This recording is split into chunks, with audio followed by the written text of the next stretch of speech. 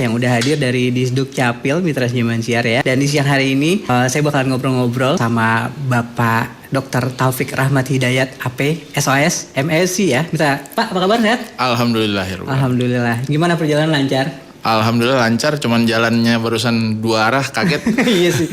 Ini udah berapa bulan sih, mungkin lagi diperbaikin. Betul. Gimana Pak? Sehat ya? Alhamdulillah ini diberi kesempatan bisa menyapa Mitra Gangga semuanya. Mitra Gangga, betul. Iya, betul. Hari ini kita lagi bakalan ngobrol-ngobrol nih sesuai tema obrolan kita gitu kan ya Pak ya, tentang akte kematian dan juga KTP pemula di Kota Bekasi. Nah mungkin banyak ya dari Mitra Zaman Siar di luar sana atau Mitra Gangga lah pendengar kita tuh banyak yang belum paham nih, belum ngerti gitu kan. Gimana sih caranya, terus juga prosedurnya, persyaratannya dan lain sebagainya. Cuman mungkin Bapak bisa jelasin gitu kali Pak ya, buat mitra yang mungkin masih awam gitu ya. Iya, betul. Gimana tuh Pak? Jadi begini, terima kasih waktunya. Siap. Pada siang hari ini saya mungkin akan menjelaskan terkait dengan pentingnya membuat akta kematian. Yep. Akta kematian itu akan menjadi sebuah proses yang wajib ya bagi setiap warga negara yang memang sudah memiliki NIK. Yes. Nah, itu NIK itu kan kita sudah tahu semuanya berlaku seumur hidup. Yes, betul. Nah, seumur hidup itu kan ada batasnya ketika yang memiliki NIK itu meninggal dunia. Nah, itulah buktinya untuk menghapus NIK itu kita proses melalui terbitnya akte kematian. Jadi akte kematian itu akan terbit, maka NIK itu akan dihapus. Nah, oleh karena itu kepada seluruh warga khususnya di Kota Bekasi maupun di Indonesia memang seluruh peristiwa penting yang sifatnya kematian itu Dinas Kependudukan dan Pencatatan Sipil akan menerbitkan ya namanya akte kematian untuk memutus proses NIK-nya dan menerbitkan proses administrasi baru ya bahwa yang bersangkutan itu untuk kebutuhan selanjutnya cukup dengan menunjukkan akte kematian itu. Nah, itulah pentingnya. Dan untuk di Kota Bekasi sendiri saat ini yang lebih lebih kita kejar lagi adalah bagaimana kita sedang melakukan cleansing data terkait dengan data calon pemilih untuk tahun 2024. Ya, di pemilu-pemilu lalu mungkin pernah kita dengar ada istilah mayat hidup ya. Ya kan? NIK-nya masih ada gitu kan. Dapat undangan tapi ternyata yang bersangkutannya sudah tidak ada, sudah meninggal. Nah, jadi kita ingin menghindari hal-hal itu terjadi, makanya kami dari Dinas Kependudukan dan Pencatatan Sipil terus melakukan sosialisasi. Nah, dimulai dari di awal tahun kita sudah terus melakukan proses jemput bola ke setiap kelurahan ya, ke RW kita coba jemput bagaimana warga yang memang memiliki keluarga yang sudah meninggal bisa mengurus. Yang kedua, kita juga memperpendek jarak layanan. Sekarang ini di kecamatan itu proses akte kematian sudah bisa dilakukan. Dan juga bisa secara online melalui aplikasi e-open yang dimiliki oleh Disduk Capil. Jadi berbagai cara kita lakukan, termasuk juga kita mencegat di sumber.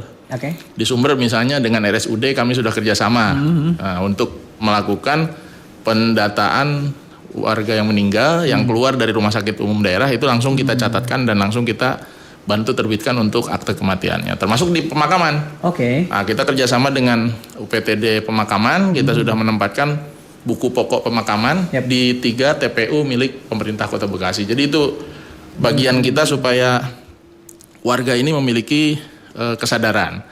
Nah, selain itu memang terus sosialisasinya kita lakukan seperti juga hari ini kita dengan Gangga seperti itu. Jadi bukan cuma akte itu bukan cuma akte kelahiran ya Pak ya? Iya, betul. Akte kematian juga penting ya? Penting sekali, karena begitu lahir kan diakhiri dengan mati. Nah, inilah yang proses evolusi yang kadang-kadang secara administrasi itu orang sekarang ini seringkali cukup dengan mendapatkan surat keterangan kematian dari rumah sakit sudah merasa cukup gitu kan.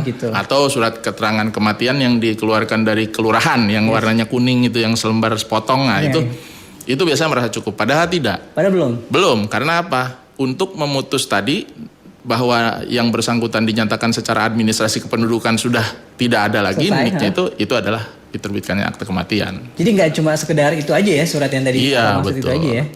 Dan apa namanya? Tadi kan saya sempat mention juga gitu ya. Nggak cuma akte lahir doang. Jadi akte kematian juga penting gitu ya. Emang gunanya untuk apa sih, Pak? Iya, tadi sebagai proses akhir administrasi setiap penduduk. Artinya dalam proses administrasi awal kan akte kelahiran jelas nanti bagaimana setiap warga negara memiliki NIK.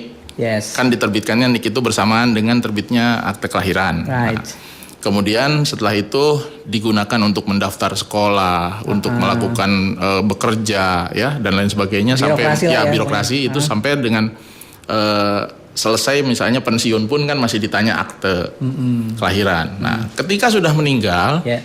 untuk mengurus ahli waris ini, ahli waris ini memiliki butuh urusan-urusan administrasi, inilah fungsinya akte kematian itu. Jadi Oke. ketika berhadapan dengan asuransi, berhadapan dengan penetapan ahli waris misalnya di pengadilan, Ya, tuh. kemudian juga dengan perbankan, ya BPJS dan lain sebagainya. Inilah semua fungsi dari akte kematian seperti itu. Oke. Nah, mungkin pendengar di luar sana nih, Mitra Elga Angga banyak yang caranya gimana sih Pak kalau misalnya pengen ngurus, mungkin ada dari sanak saudaranya yang atau keluarganya yang belum lama ini udah mengalami meninggal dunia gitu kan ya. Iya. Cara ngurus akte kematian yang sesimpel itu gimana sih Pak? Baik. Jadi untuk warga yang ingin mengurus akte kematian, Ya. pertama itu harus mempersiapkan bukti kematian. Tadi salah satu aja. Misalnya kalau meninggalnya di rumah sakit, Ya. cukup dengan membawa surat keterangan kematian dari rumah sakit. Ya. Oke. Kalau meninggalnya di rumah, itu cukup membawa surat keterangan kematian yang diterbitkan dari kelurahan. Oke. Ya, yang tadi saya sampaikan kertas kuning dibagi 3 itu yang kecil kertasnya. Nah, itulah yang menjadi bagian dari syarat Yes. yang kita minta. Selain itu ditambah dengan kartu keluarga dari almarhum Oke. atau almarhumah. Ya, jadi untuk apa? Untuk memastikan NIK-nya nanti setelah kita verifikasi di aplikasi SIAK ya, Sistem Informasi Administrasi Kependudukan, datanya sesuai, nah, kemudian didukung dengan surat kematian tadi, maka kita terbitkan akte dan nanti kakaknya hasil produk yang akan kita berikan kepada keluarga almarhum atau almarhumah itu adalah akta kematian dan kartu keluarga yang baru Oke. yang sudah tidak ada tuh, Yep. ya nama yang meninggalnya itu. Alright. Nah, bagi yang meninggalnya sudah lebih dari 1 tahun biasanya yang lama, yang atau di atas 1 bulan lah, Yes. ya, itu memang ditambah nanti ada namanya surat pernyataan tanggung jawab mutlak dari keluarga. Oke. Karena ini juga penting karena kejadiannya peristiwanya sudah lampau Berlalu. kan, ya sudah berlalu, Yes. untuk memastikan bahwa betul yang bersangkutan itu memang meninggal dunia, nanti dinyatakan secara mutlak oleh keluarganya dan didukung oleh saksi. Next question nih Pak, wajib nggak sih buat masyarakat buat membuat akte kematian? Sudah wajib karena tadi ketika yang bersangkutan sekarang kan di Indonesia ini berdasarkan Undang-Undang tentang Adminduk, Ya. Administrasi Kependudukan 24 tahun 2013 itu seluruh masyarakat, seluruh warga negara itu diberikan nomor induk kependudukan. Iya, betul. Nah, satu-satunya cara memutus nomor induk kependudukan adalah akta kematian. Jadi ketika yang bersangkutan tidak melakukan pengurusan akte kematian, maka dia akan terus hidup. Statusnya? Ya, statusnya. Nah, padahal tadi untuk proses-proses administrasi akan terjadi masalah-masalah baru, misalnya ketika untuk pemilu kada atau pemilu Republik Indonesia ya, DPR legislatif. Pemilihan umum. Nah, nanti itu muncul ada yang tadi disebut mayat hidup misalnya zombie. Namanya ada, nanti begitu di data, TPS, ya di datanya ada, di TPS ternyata orangnya sudah meninggal. Nah, itu. Gitu Jadi ya. itu. Jadi selain itu Bu, mungkin fungsinya untuk apa lagi? ya tadi untuk mengurus proses-proses administrasi sekarang ini kan sudah dilakukan kerjasama antara Kementerian Dalam Negeri melalui Direktorat Jenderal Administrasi Kependudukan dan Pencatatan Sipil. Yes. Proses pelayanan berbasis NIK itu sudah dilakukan di semua lembaga, hampir semua lembaga pelayanan. Oke. Baik itu perbankan, asuransi, kemudian juga BPJS, Yes. kesehatan ya, kemudian juga terkait dengan imigrasi, terkait dengan SIM, semua sudah NPWP kan, perpajakan, semua sudah dalam satu basis data.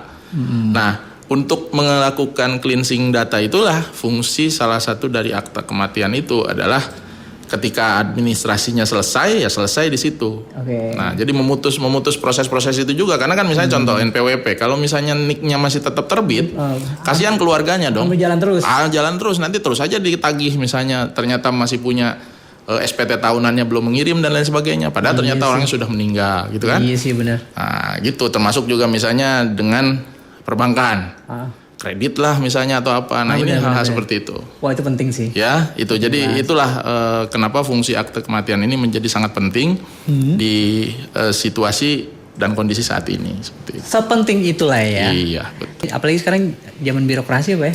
Ya, sebetulnya tadi birokrasi itu kan lebih mendekatkan kepada pelayanan ya. Iya betul. Bagaimana negara hadir, bagaimana semua institusi hadir untuk memberikan pelayanan. Right. Kan nomor kakak tuh biasanya adalah nomor kepala keluarga ya, biasanya ya. Nomor kartu keluarga. Nomor kartu Iya. keluarga. Ini salah satu pertanyaan saya sih ya. Apakah nomor kakak akan berubah jika kepala keluarga meninggal dunia? Iya. Berubah? Biasanya ketika melakukan perubahan salah satu komponen data di dalam kartu keluarga, itu nomor kakak sih akan berubah. Karena nomor kakak itu kan registrasi ya. Yes. Nah, berbeda dengan NIK. Kalau NIK itu ketika diterbitkan pertama kali dia akan terus. Oke. Nah, tetapi kalau misalnya nomor kakak itu ada perubahan, nah, misalnya tadi perubahan di kepala keluarga, ya itu biasanya berubah. Pasti berubah tuh ya? Ya, secara sistem kan itu sudah di accountingnya, jadi itu kan kayak semacam algoritmanya berubah. Okay. Itu. Kecuali NIK-nya, yang kalau NIK itu memang ketika diterbitkan algoritmanya pertama kali ya udah itu dikunci sampai akhir kan, seperti itu. Mungkin banyak juga yang pengen nanya gitu ya, cuman bingung gitu. Caranya gimana sih Pak buat bikin, tadi kan sempat saya singgung gitu ya di commercial break, untuk proses pembuatan akta kematian gitu ya, prosedurnya ribet nggak sih? Biasanya kan kadang-kadang namanya ngurus ini itu kadang-kadang suka orang-orang pada males ya. Iya, itu yang sekarang terus kami gelorakan juga informasinya. Betul. Ya, jangan sampai warga itu males ngurus adminduk. Ya. Karena proses adminduk itu menentukan menentukan seluruh proses administrasi lainnya yang ada di kehidupan ini. Dari mulai kita bangun tidur sampai kita meninggal, tidur lagi, ibarat sampai meninggal, dari mulai kita lahir sampai meninggal, itu semua akan terhubung dengan nomor induk kependudukan. Iya, betul. Akan terhubung dengan administrasi kependudukan kan itu. Nah, ini yang kenapa pentingnya. Jadi kalau untuk ngurus akte kematian nggak susah juga. Yang pertama, akte kematian itu bisa diajukan permohonan ketika misalnya ada keluarga yang meninggal. Ya. Itu setelah melengkapi tadi ada surat keterangan kematian, baik itu dari rumah sakit atau yang dari kelurahan, maka nanti ditambah dengan kartu keluarga almarhum atau almarhumah, diajukan bisa tadi online melalui elektronik online pelayanan kependudukan e-open, download di Play Store. Itu khusus untuk warga Kota Bekasi. Yes. Nanti silahkan download.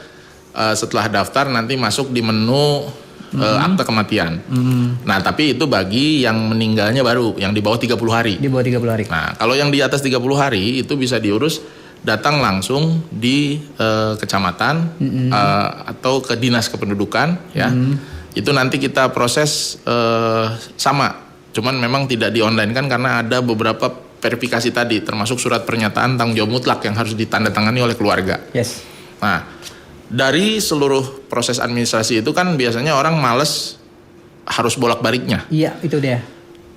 Makanya sekarang pastikan syarat ketentuan kami sudah sebar di website disdukcapil.bekasikota.go.id. Di sana sudah lengkap, selengkap-lengkapnya syarat ketentuan untuk mau mengurus apa saja produk layanan kependudukan ya. Bisa tuh. Bisa dibuka saja di sana. Nah, kemudian setelah itu pastikan dilengkapi, setelah itu datang.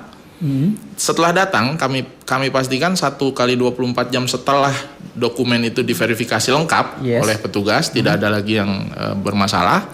Itu email itu sudah bisa diterima. Jadi kita sudah terbitkannya bentuknya digital dalam bentuk email karena di awal kita sudah minta warga menginput email dan nomor WhatsApp. Benar. Nah, Nomor WhatsApp-nya itu biasanya kalau memang dalam 1 kali 24 jam ternyata tidak masuk emailnya, tinggal di WhatsApp ke nomor WhatsApp yang kami sudah cantumkan di medsos. Yes. Nanti kita kirimkan ulang. Nah, jadi kami pastikan prosesnya itu tidak lebih dari 1 kali 24 jam. Cepet ya? Iya, akte kematian itu sudah bisa diterima dan itu 2 nanti yang diterima akte kematian dengan kartu keluarga. Oke. Itu. Kartu keluarga yang Iya, yang sudah baru, yang sudah tidak ada almarhum atau almarhumahnya itu. seperti itu. Oke. Jadi dan ngurusnya juga kalau memang tadi ya. misalnya enggak punya gadget, Oke. terus tapi mau ngurus sendiri juga datang aja ke kecamatan. Bisa lah ya. Pelayanan kita di kecamatan ada. Atau memang sekarang ada 12 kelurahan juga yang sudah kita coba buka layanan Adminduk. Yes. Namanya kemarin kita sudah launching di bulan Agustus itu Patriot Beken. Jadi pelayanan Adminduk terintegrasi on the spot berbasis kelurahan. Nah, semua kelurahan itu yang 12 kelurahan, contohnya misalnya di Bekasi Selatan itu ada Kelurahan Kayuringin. Ya. Di Bekasi Timur itu ada Kelurahan Durenjaya. Betul. Kemudian di Medan Satria itu Kelurahan Pejuang, kemudian di utara itu Kelurahan Kaliabang. Nah, itu ada beberapa kelurahan itu di 12 kecamatan, ada 12 kelurahan yang sudah melayani juga. Itu bisa juga diurus di sana akte kematian itu. Oke. Jadi kita terus dekatkan. Yang penting warga itu memiliki kesadaran untuk segera mengurus. Nah, kalau ada misalnya niat dulu deh ya. Ya, yang penting niat dulu, kesadaran mengurus. Nah, yang kedua tadi, kalau misalnya sekarang untuk RT RW pun sebetulnya RT itu bisa membantu warganya untuk menguruskan akte kematian ketika dia masuk ke mengurus ke akte kematian itu, melaporkan ke kelurahan, kan menerbitkan itu tuh kartu kuning itu. Nah, itu surat kuning itu nanti sekaligus dilaporkan peristiwa kematiannya. Jadi bisa seperti itu prosesnya. Oh, istilahnya sekarang udah nggak sesulit itulah ya? Iya, harusnya tidak ada yang merasa sulit kalau belum dicoba kan gitu. Kadang-kala sekarang kan belum dicoba udah dulu juga. Ribet duluan. Ribet duluan karena selalu menganggap bahwa dulu juga begini, dulu juga susah. Nah, padahal dicoba dulu karena tadi kami buka online, kami buka offline, semua layanan kita coba proses sesuai dengan timeline yang kita sudah siapkan. 1 hari setelah dianggap verifikasinya selesai. Nah, memang yang agak lama verifikasi, tapi kan verifikasi memang harus melengkapi berkas kan. Nah, itu yang kadang-kadang warga tidak tidak mau tahu. Jadi verifikasi dihitung juga proses. Padahal kalau bagi kami verifikasi itu adalah bagaimana kami melengkapi seluruh dokumen administrasi kelengkapan dari proses yang harus ditempuh seperti itu. Siap. Tadi kita di awal juga sempat ngebahas nih selain akte kematian, kita juga bakal ngebahas gimana caranya membuat atau cara mendaftarkan KTP pemula di Kota Bekasi gitu kan. Maksudnya yang dimaksud KTP pemula itu orang yang dari luar domisili yang mau bikin KTP Bekasi atau gimana sih Pak? Jadi yang dimaksud KTP pemula itu adalah bagi warga negara yang sudah berusia 17 tahun, ya, atau sudah menikah, ya, atau pernah memiliki KTPL, pernah menikah itu berhak mendapatkan KTP elektronik. Ini amanat undang-undangnya seperti itu. Nah, inilah yang disebut KTP pemula. Jadi mereka yang berusia di 17 tahun ke atas, atau sudah menikah atau sudah pernah menikah. Nah, ini kenapa juga menjadi prioritas kami? Karena ini juga sama akan berdampak terhadap proses kedepannya hak warga negara itu. Ketika sudah 17 tahun kan semuanya muncul haknya. Benar. Hak untuk memilih dan dipilih. Benar. Hak untuk bisa mendapatkan rekening di bank. Iya, kemudian juga hak untuk bisa dapat NPWP, untuk artinya untuk berbagai kepentingan yang setelah dia mendapatkan usia 17-nya itu dia memiliki kewajiban administrasi. Nah, inilah pentingnya kenapa KTP itu diterbitkan untuk bukti seperti itu. Beberapa waktu lalu kan ya sempat kita tahu juga sama-sama gitu kan. Kalau misalnya untuk mengurus iktp kan agak-agak repot tuh. Kadang bahkan ada yang sudah bertahun-tahun tapi nggak jadi-jadi itu Pak. Iya. Nah, itu gimana tuh Pak? Nah, ini bisa dijelaskan juga. Jadi warga Kota Bekasi khususnya yang masih mengalami kendala itu harus dipastikan dulu. Pertama, ngurus di tempat yang tepat. Oke. Ya, dan ngurusnya itu sendiri supaya nanti tidak lagi melampaui tahapan-tahapan via si A, si B, si C. Akhirnya itu yang membuat orang nggak jadi-jadi. Perantara ya. Perantara. Inilah yang harus dihindari karena seringkali dijanjikan misalnya ngurusnya di lewat si Pulan lah misalnya ya. Si Pulan ini dia lewat si Badu. Oke. Nah, dari si Badu barulah nanti nyampe ke petugas Dukcapil. Iya. Petugas Dukcapil juga kan karena taunya ini itu akhirnya ya udah dicetaknya nanti aja ketika orangnya datang. Orangnya nggak tahu harus datang kapan kan karena si Badu sama si Pulan nggak pernah tahu juga mekanisme dan pernah kita dan tidak pernah diinformasikan. Itulah yang membuat seringkali orang terhambat. Makanya sekarang kita sudah buka layanan online tadi, misalnya contoh warga Bekasi yang hilang rusak. Itu di aplikasi e-Open ada yang namanya Motekar Bersahaja. Mohon KTPA sekarang diberikan sehari jadi. Itu kita sudah berikan jaminannya di 3 mall pelayanan, kita di MPP BTC, di Gerai Pelayanan Publik APG Pondok Gede dan Gerai Pelayanan Publik Plaza Cibubur. Di 3 tempat ini setiap hari kami siapkan 50 masing-masing titik 50 kuota untuk cetak KTP hilang rusak. Artinya sekota Bekasi ini kalau misalnya yang hilang sehari 150, rasanya udah begitu banyak itu warga yang tidak menjaga KTP-nya. Padahal kalau KTP itu dianalogikan sebagai barang yang berlaku seumur hidup, ibarat pasangan yang harus kita jaga sampai seumur hidup, ya KTP juga yang demikian harusnya sama-sama dijaga sampai seumur hidup. Nah, tapi tadi kita sudah pastikan diberikan kuota 150 per hari. Nah, selain itu kita sekarang sedang sosialisasi dan coba mulai mendorong warga mengaktifasi digital ID. Apa tuh Pak? Identitas digital kependudukan. Nah, jadi seluruh belangko KTP itu sudah dialihkan masuk di dalam gadget kita. Di dalam handphone yang berbasis Android, saat ini masih berbasis Android, itu dia sudah kalau diaktifasi itu seluruh data kependudukan, ya KTP kita, kartu keluarga kita sudah terintegrasi dengan NPWP, sudah terintegrasi kalau saya PNS itu dengan BKN, ya. Sudah terintegrasi juga dengan Departemen Kesehatan terkait dengan Peduli Lindungi, semua sudah terintegrasi di situ. Jadi dalam satu genggaman semua data sudah ada. Nah itu sekarang kita sedang sosialisasikan juga sehingga tadi warga yang merasa hilang rusak itu cukup datang di sana. Nah terus kita untuk yang perekaman tadi, perekaman baru kita buka layanannya. Terus yang pindah datang, mereka cukup sampai di kecamatan, lakukan online, datang ke kecamatan tinggal ngambil. Sesimpel itu? Sesimpel itu sebetulnya. Tapi tadi prinsipnya urus sendiri. Jangan pernah nyuruh orang lain. Jangan kebanyakan tangan. Nah itu masalahnya. Kalau kebanyakan tangan yang ada ngejelimet terus. Mau sampai itu kapan yang membuat orang akhirnya menjadi paranoid ya dengan urusan kependudukan.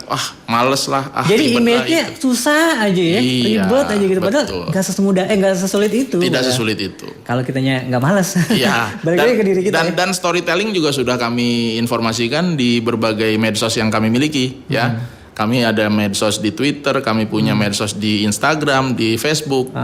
Storytellingnya kami sampaikan. Ya. Kalau di Dukcapil Kota Bekasi sendiri, kalau misalnya kita pengen mengakses segala macam informasinya, itu kemana sih Pak? Pertama di website. Websitenya kita di disdukcapil.bekasikota.go.id. Itu semua tentang Dukcapil, tinggal di surfing aja. Ada semua. Pendudukan semua di situ ada. Syarat ketentuan layanan, tempat layanan semua ada. Ya, dan sudah terintegrasi juga dengan sistem informasi pelayanan publik miliknya Kemenpan RB. Artinya secara nasional ini sudah terverified ya. Kemudian yang kedua kita punya Instagram. Instagramnya apa tuh Pak? Instagramnya Disdukcapil Kota Bekasi. Disdukcapil Kota Bekasi. Ya, terus Twitter juga kami punya. Disdukcapil Kota Bekasi, Disdukcapil 2. Tapi itu juga memang intinya kalau dicari Disdukcapil Kota Bekasi pasti muncul Twitternya itu. Kemudian Facebook juga sama, Disdukcapil Kota Bekasi. Kami punya 3 di platform semua medsos itu, termasuk YouTube kami juga punya ya, informasi-informasi video-video pendek itu kami tayangkan di YouTube. Kalau misalnya warga Bekasi gitu kan, Kota Bekasi masyarakatnya yang pengen interaksi gitu sama nanya-nanya dan lain sebagainya gitu, cara pengurusan tutorial gitu, tutorial prosedur dan lain sebagainya, itu bisa kemana tuh? Mungkin ke line telepon yang apa gitu? Ada, kami punya WhatsApp Center. WhatsApp Center. Ya, WhatsApp Center kami itu di 0811 8355 Coba sekali lagi Pak. 0811 8355 599.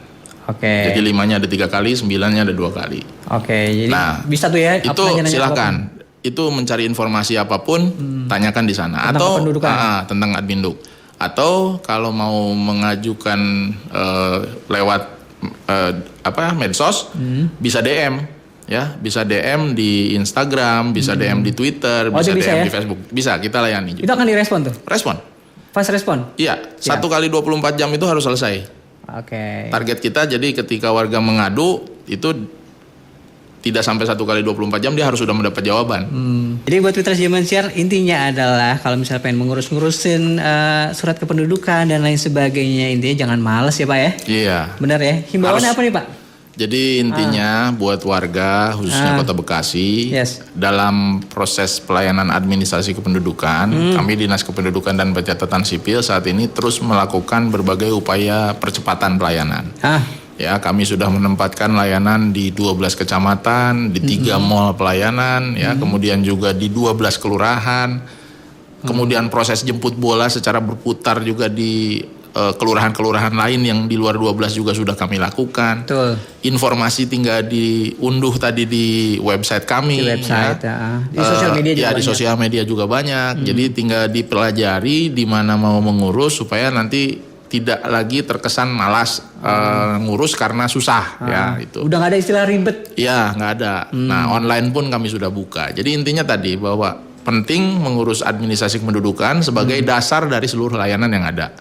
Nah, ketika Anda tidak mengurus adminduknya dengan baik, maka ketika Anda mendapatkan kerugian di tempat layanan dasar lain, itu akan menjadi sebuah kerugian yang menyentuh dengan hak dasar Anda kan seperti itu. Jadi oleh karena itu kami mengajak silahkan segera urus adminduknya, yang belum punya KTP cepat bikin, yang belum punya akte lahir cepat bikin, jangan udah pas mau naik haji udah usia 60 tahun baru bikin akte lahir baru repot. Nah, yang seperti itu terjadi. Nah, terus yang selanjutnya yang paling penting adalah urus sendiri. Selalu urus sendiri, nggak perlu lagi nyuruh orang, nggak perlu lagi percaya sama orang. Karena apa? Ketika Anda mempercayakan kepada orang, berarti Anda juga sama sedang mempercayakan identitas Anda kepada orang lain. Nah, itu dia pentingnya. Ya, itu yang berbahaya. Kita nggak tahu nih, sekarang ini kan sudah undang-undang tentang penyalahgunaan data pribadi sudah diterbitkan, sudah diundangkan. Nah, artinya setelah itu terjadi, ketika misalnya kita meminta bantuan kepada pihak lain, kemudian data kita ternyata digunakan oleh pihak lain itu untuk hal yang tidak bertanggung jawab, ini kan menjadi kendala, menjadi dampak bagi kita. Nah, oleh karena itu jangan nyalain orang lain. Iya, nggak perlu, karena kitanya yang meminta kan. Seperti itu. Oleh karena itu tadi selalu urus sendiri. Jangan percaya sama orang lain. Kami juga membuka informasi seluas-luasnya. Kami juga membuka kanal pengaduan seluas-luasnya. Silahkan, daripada nanya di media sosial atau nanyanya di di status atau di mana, nanti di mention sama netizen jadinya jawabannya banyak jawaban yang bingung. Mendingan udah tanya aja tadi ke nomor WhatsApp center kita atau di DM ke medsos kami. Karena pentingnya dokumen kependudukan buat warga negara saat ini emang sepenting itu ya Pak ya, karena zaman-zaman udah online, udah serba digital, apapun udah harus pakai digital, jadi semuanya harus semudah itu. Iya, harus kita permudah ya supaya masyarakat cepat mengakses kan seperti itu. Apalagi untuk kepentingan hak dan kewajiban yang seperti Bapak bilang kan. Bicara tentang layanan dasar, maka dasar layanannya adalah KTP. Oke, siap. Nah, mungkin closing statement buat mitra yang pengen ngurus-ngurus apapun itu, surat-surat dan lain sebagainya mengenai dokumen kependudukan, bisa kemana sekali lagi Pak? Iya, sekali lagi warga Kota Bekasi khususnya kami Dinas Kependudukan dan Pencatatan Sipil saat ini sudah membuka layanan. Itu ada di kantor Dinas Kependudukan dan Pencatatan Sipil di Jalan Juanda nomor 100. Terus untuk layanan dasar, yang 7 layanan dasar itu ada KTP, ada KK, ada akte kelahiran, akte kematian, kemudian surat pindah, dan kartu identitas anak, kami layani di 12 kecamatan. 12 kecamatan. 12 kecamatan. Buat yang KTP hilang rusak di 3 mall pelayanan. Di mana tuh Pak? Mall? BTC, APG Pondok Gede dan Plaza Cibubur. Sekali lagi Pak, BTC? Ya, mall pelayanan publik BTC, mall pelayanan publik Atrium Pondok Gede dan Plaza Cibubur. Jati Sampurna, itu 3. Itu untuk yang hilang rusak. Oke. Nah kemudian untuk yang tadi baru KTP rekam baru, untuk yang mau bikin akte kelahiran, akte kematian baru, itu kami layani saat ini baru di 12 kelurahan. Mudah-mudahan di 2024 semua kelurahan, 56 kelurahan sudah bisa melayani adminduk tadi. Hopefully. Jadi itu yang proses-proses kami mempercepat, dan tadi kami sudah siapkan layanan online. Silahkan dipakai. Saat ini layanan online kami sudah diunduh oleh lebih dari 380.000 kepala keluarga dari 780.000 kepala keluarga di Kota Bekasi. Artinya sudah hampir 50% kepala keluarga memanfaatkan layanan tersebut. Siap. Di sosial media juga bisa. Bisa. Kalau mau nanya-nanya dan lain sebagainya Pak ya. Di website juga bisa. Website juga bisa. Siap. Langsung nanti kontak dengan WhatsApp Center. Ya, semudah itulah pokoknya ya Mitra Zaman Siar. Jadi buat Mitra Zaman Siar jangan malas-malas lagi buat ngurusin data kependudukan dirinya, itu karena buat kepentingan diri sendiri gitu kan, bukan buat orang lain juga gitu. Ya enggak sih? Pak Taufik, makasih banyak ya. Sama-sama. Udah hadir ke studio Algangga buat ngobrol-ngobrol. Terima kasih udah juga. Udah ngasih sosialisasi tentang akta kematian dan juga KTP pemula di Kota Bekasi gitu. Dan semoga Mitra Zaman Siar yang di luar sana yang mendengar, wah dapat pencerahan, kayaknya emang harus gue nih yang ngurus sendiri gitu kan. Iya. Jadi buat Pak Taufik sekali lagi makasih udah datang, dan sehat-sehat terus pastinya, sukses terus juga ya. Iya, terima kasih. Buat di Studio Tabil juga ya. Iya. Pokoknya buat Mitra Zaman Siar jangan kemana-mana, Ari bakalan balik lagi sampai nanti jam 4 pasti pas masih di Gelaran Mudeng.